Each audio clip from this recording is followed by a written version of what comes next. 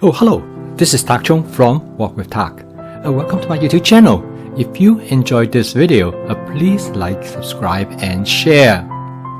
Recently, one viewer asked me, when do you know when you stir-fry chicken that it is done? Well, I think the answer is both simple and complicated at the same time.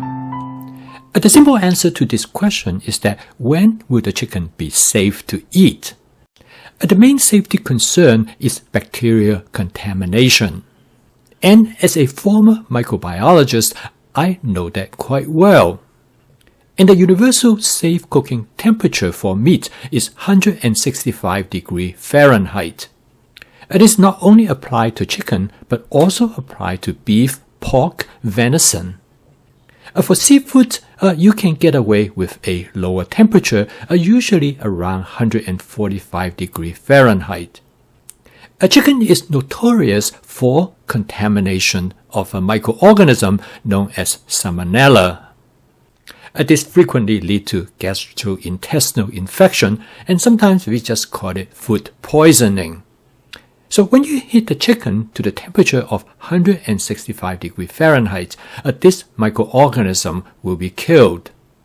And if not because of the threat of infectious disease, you can eat the chicken raw. The tendency for beef to be contaminated by microorganisms is lower than chicken.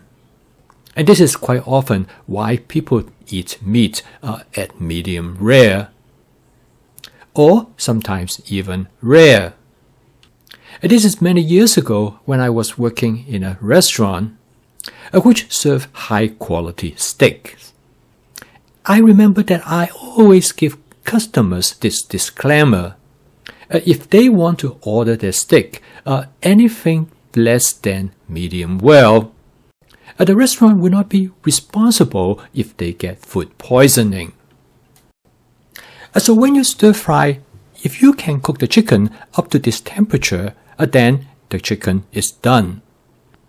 However, there are times you might want to cook the chicken a little bit longer, and this might improve the flavor of the chicken.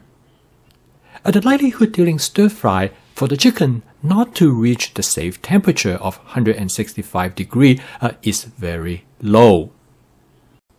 On the other hand, there might be a concern for overcooking the chicken. So in this video, I'm going to show you how not to undercook the chicken, as well as not to overcook them. In fact, for me, my problem in the past is that I tend to overcook the chicken. And for many years, my wife did not like chicken. She told me that most of the chicken she had ever eaten, either those that I cook or that she eat at a restaurant, tend to be overcooked and they are dried. And once I developed a better method in cooking the chicken, I think she has changed her view. And now she really enjoys chicken. And when you stir fry chicken, it is unlikely that you will undercook them. The reason is that you cut the chicken into thin slices, and this allows the chicken to be cooked very quickly. In fact, there is a much greater tendency for you overcook them. I usually slice my chicken into about bite size. So when you stir fry chicken, it cooks very rapidly. And by stir the chicken constantly during the cooking process, you are ensure all the chicken pieces are cooked evenly. Using this approach, you can cook up to 1 or 1.5 pounds of chicken in a 14-inch wok in a little bit over 1 minute.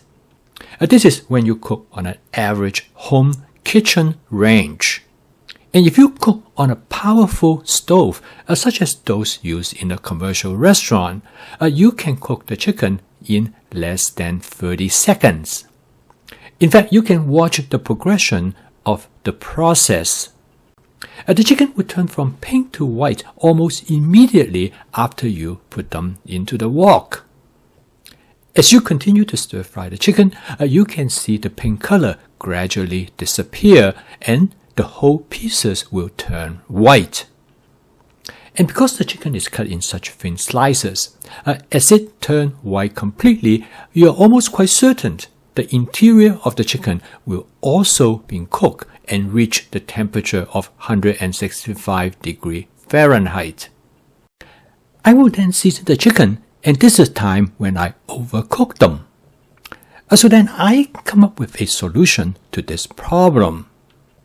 And maybe I should say somebody told me to use this approach, which is to coat the chicken with a thin layer of cornstarch. Now this coating seems to make a huge difference because it protects the chicken from the heat. I will basically still stir fry the chicken exactly the same way. The amount of time in cooking the chicken is actually about the same. However, you will notice that the surface of chicken take on a slightly brown appearance. This is due to the caramelization of the cornstarch. And now this browning might not occur, a lot depends on how much cornstarch you use to coat the chicken. Whether you will see the browning or not, you will find the chicken actually tastes quite different. And now when you bite into the chicken is more moist and tender. And in fact, you can cook the chicken even a little bit longer and it still keep them moist. Similarly, you do not have to worry about undercook the chicken because the chicken has been thinly sliced.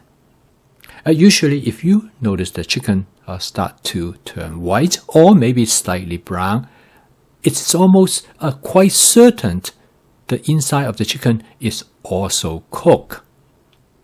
So slice the chicken very thinly has a tremendous advantage that assures that the chicken is well cooked, that it has reached a temperature of 165 degrees Fahrenheit to avoid any safety issues in regard to bacterial contamination.